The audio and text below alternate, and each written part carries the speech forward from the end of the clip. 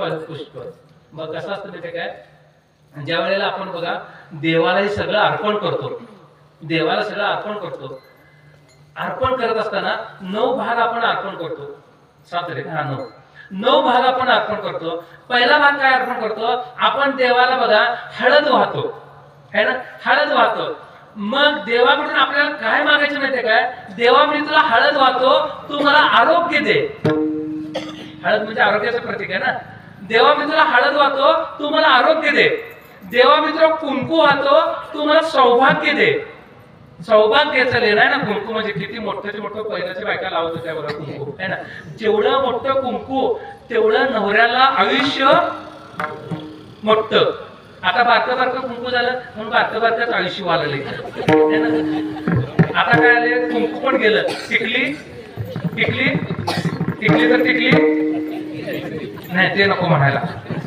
सांगायचं बघ काय, कुंकू कुंकू म्हणजे काय माहिती काय, कु आणि कु विषय वाचना बाहेर जातात आणि ते कुठं लावतात माहिती काय, इथं लावतात बघा. आता पुरुष मंडळी इथं लावतात, म्हणजे आता इथं लावले ना कुंकू बरोबर मध्ये इथं, म्हणजे इथं त्याचा अर्थ काय माहितीये काय, आपल्या देहामध्ये सप्तचक्र आहेत. असं इथं सप्तचक्र आहेत. माऊलीने 6व्या अध्यायामध्ये मांडले बघा, कुंडलिनी योगाचा सगळं मस्त भाग मांडलेला 6व्या अध्यायामध्ये. पहिला येतो 2 नंबर ठिकाणी मूलाधार चक्र आहे, आणि बिंबीच्या खाली इथं स्वादिष्ठान चक्र आहे. मग इथं मणिपूर चक्र आहे, इथं अनाहत चक्र आहे, इथं विशुद्धी चक्र आहे. इथं विशुद्धी चक्र होतं, इथं शुद्ध होतं बघा सगळं.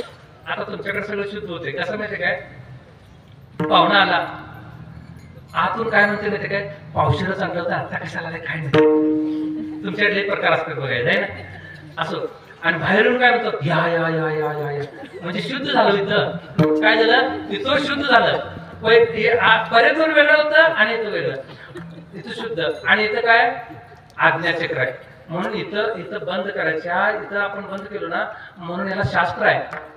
चंदनस्य महत् पुण्यम पवित्रम पापनाशनम आपदा हरते नित्यम लक्ष्मी तिष्ठतु सर्वदा. कुंकू लावा, चंदन लावा, भंडार लावा, बुका लावा, काही लावा, पण लावा. हिंदू धर्मामध्ये आपल्याला लावतच आलं पाहिजे. ते का माहितीये काय, इथं आज्ञाचक्र आहे, आज्ञाचक्र.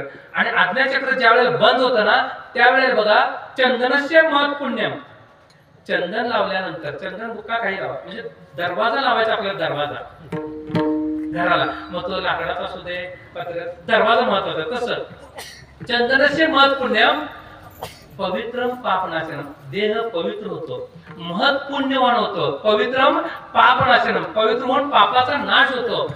आपदा हरते नित्यम, त्याचा ऍक्सिडेंटली मृत्यू होत नाही.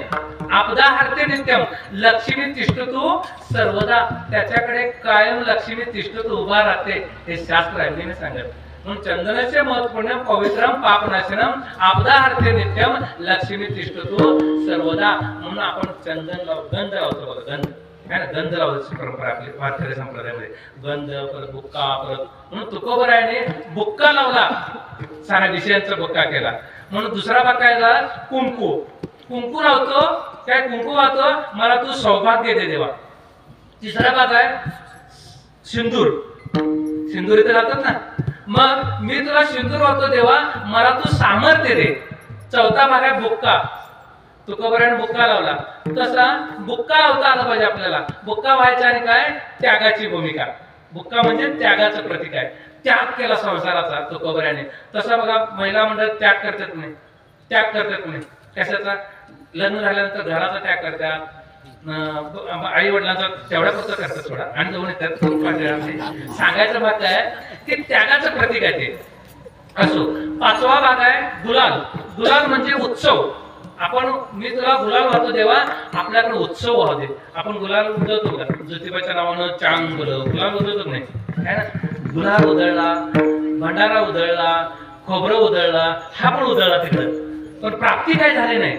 उधळून काय प्राप्ती झाली नाही, पण प्राप्ती कुठे आहे, प्राप्ती एका श्रवणात आहे, प्राप्ती एका पांडुरंगाच्या चरणाजवळ आहे. इथं आपल्याला येता आलं पाहिजे है ना. इथं आपण आल्यानंतर बघा प्राप्ती दाखवलेली आहे. म्हणून श्रोते पुष्टिकोण ग्रंथ काय बोललेची येतं, श्रवण केली आणि प्राप्त काय आहे.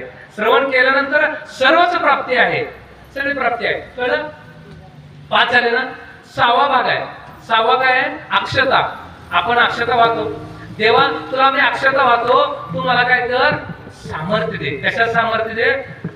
आशीर्वादाचं सामर्थ्य दे. म्हणजे सुविचाराची अक्षता देता आल्या पाहिजे. लग्नामध्ये आपण अक्षता वाहतो ना, जोडा सुंदर आहे म्हणून अक्षता वाहतो बघा.